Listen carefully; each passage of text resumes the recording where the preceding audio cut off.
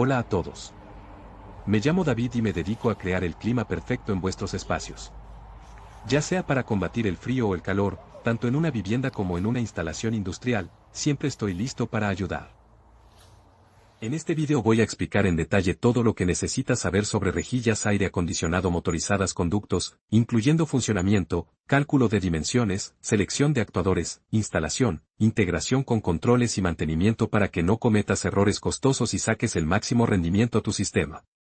Si te interesa ahorrar energía, evitar sorpresas al instalar o modernizar un sistema de climatización y aprender trucos prácticos que solo los técnicos experimentados suelen compartir, quédate hasta el final porque voy a ofrecerte métodos de cálculo, recomendaciones concretas y soluciones a problemas habituales que habitualmente no se explican de forma clara. Yo siempre empiezo por explicar qué es exactamente una rejilla motorizada para conductos y por qué es distinta a otros elementos del sistema. Una rejilla motorizada, también conocida como compuerta o damper motorizado, es un elemento instalado en el conducto o en el marco de la rejilla que permite regular el paso de aire mediante una paleta o varias paletas accionadas por un actuador eléctrico o neumático. Su función puede ser de control de caudal, cierre de zona, equilibrado automático o respuesta ante señales de control de un termostato o un sistema de gestión. Es importante distinguir entre las rejillas que tienen un motor de poca potencia incorporado para ajuste manual o zonificación ligera y las compuertas industriales de mayor robustez destinadas a control de presión y caudal en sistemas grandes.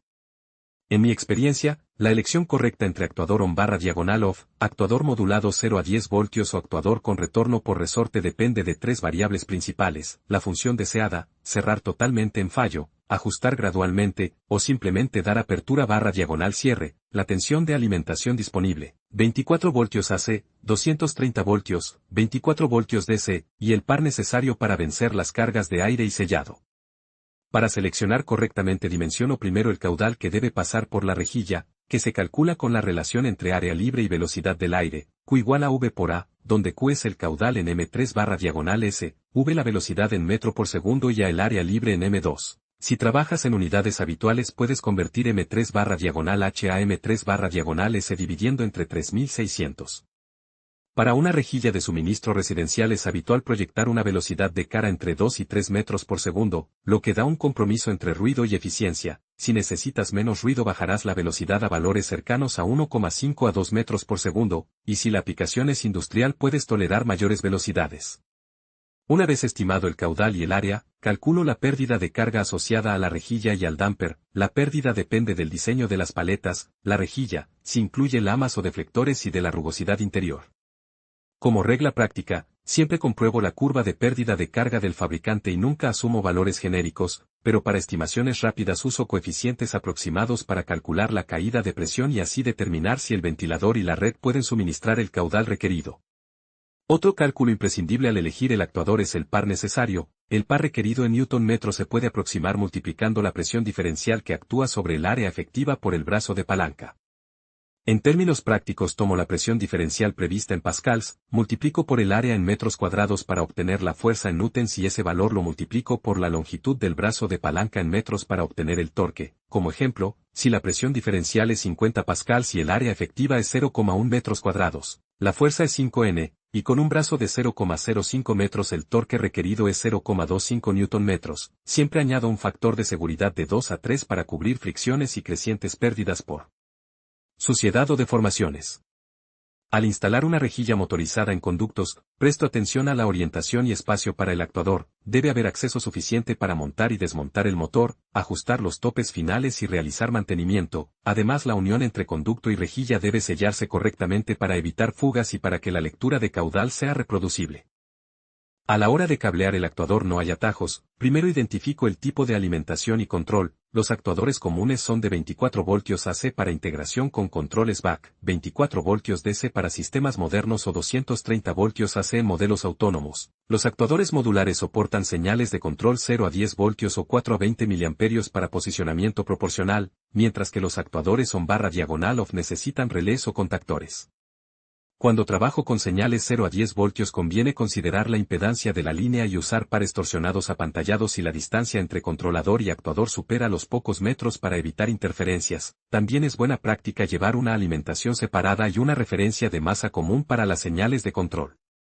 Para la integración con termostatos y sistemas de zonificación describo cómo conecto típicamente. En una zonificación simple cada zona tiene su termostato que envía una señal al panel de control de zonas. Ese panel dispone de salidas de potencia para los actuadores y de entradas para termostatos, además de salidas de señal al equipo back para reducir o aumentar la capacidad del compresor o la velocidad del ventilador según demanda.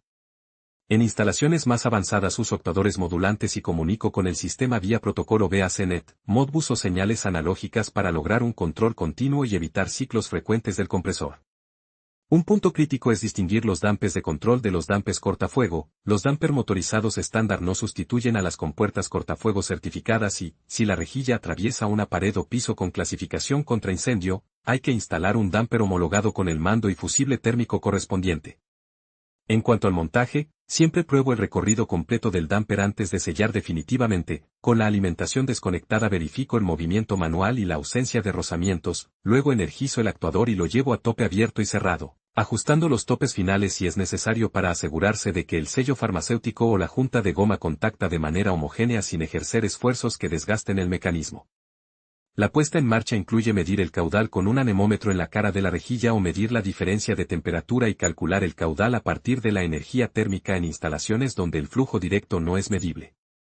Yo siempre recomiendo documentar la posición del damper a diferentes señales, por ejemplo, 0%, 50%, 100%, y anotar tiempos de respuesta. Un actuador que tarda demasiado en moverse puede indicar insuficiente torque, problemas de alimentación o un control mal ajustado que provoca oscilaciones y ruido.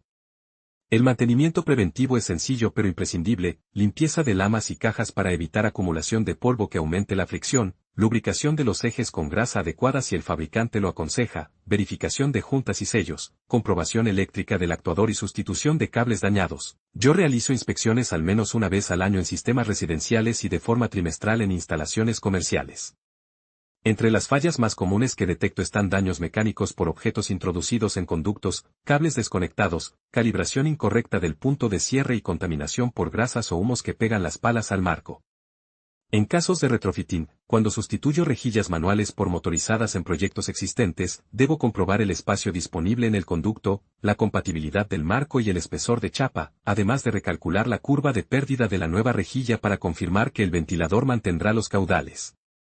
En edificios antiguos la estanqueidad de los conductos suele ser pobre y montar rejillas motorizadas puede aumentar las pérdidas, por eso a menudo recomiendo mejorar el sellado y el aislamiento, de modo que la inversión en motorización se traduzca realmente en ahorro energético.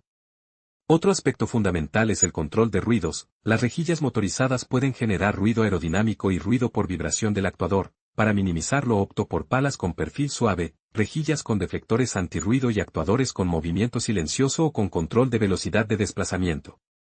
Si hay sensibilidad acústica, calculo la velocidad de cara y la selección del difusor para mantener el nivel de ruido dentro de los límites aceptables.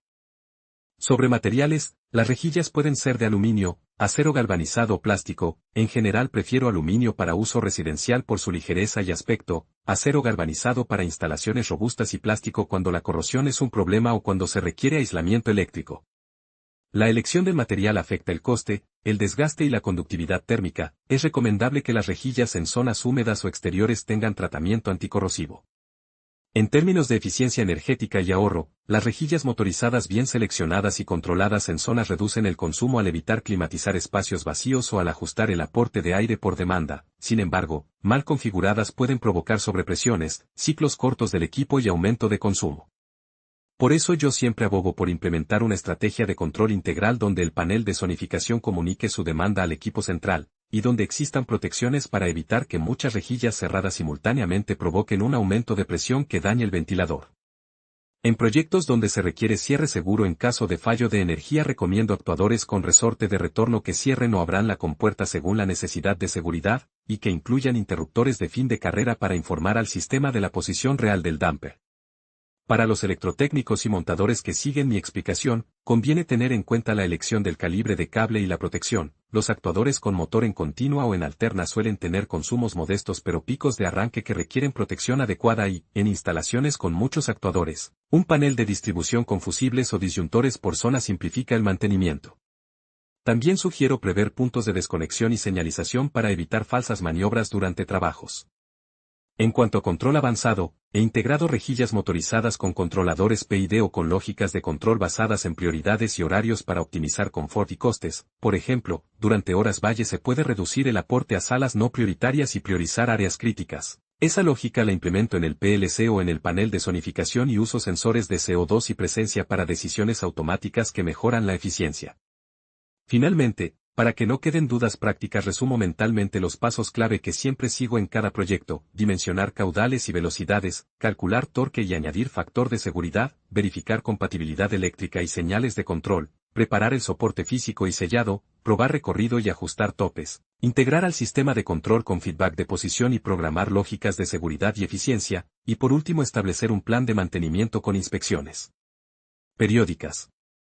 Con estos criterios y procedimientos evitarás los errores más comunes, alargarás la vida de los equipos y conseguirás un control de climatización realmente eficaz y silencioso. Si te interesa, en próximos vídeos puedo mostrar casos reales con fotos, ejemplos de cálculo paso a paso con números concretos y comparativas entre modelos comerciales para que puedas elegir la rejilla motorizada adecuada a tu proyecto sin equivocarte. Además de lo explicado, conviene que conozcas detalles prácticos de puesta en marcha y verificación que marcan la diferencia entre una instalación correcta y otra que dará problemas a corto plazo. Por ejemplo, el requisito de recta aguas arriba para una lectura de caudal estable suele ser de varios diámetros equivalentes del conducto. Sin esa recta el perfil de velocidad es asimétrico y las medidas en la cara de la rejilla pueden variar mucho con pequeñas variaciones en la apertura.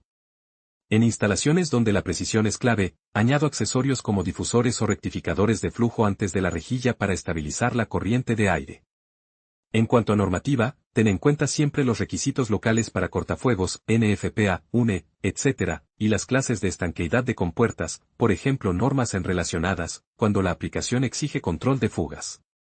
Otro ejemplo numérico rápido: si una sala necesita 200 m3/diagonal/H y se decide trabajar a 2,5 metros por segundo en la cara, primero convierto 200 m3/diagonal/H a m3/diagonal/S, 200/3600 igual a 0,0556 m3/diagonal/S, y divido por la velocidad elegida, 0,0556/diagonal 2,5 igual a 0,0222 metros cuadrados, es decir unos 222 cm2.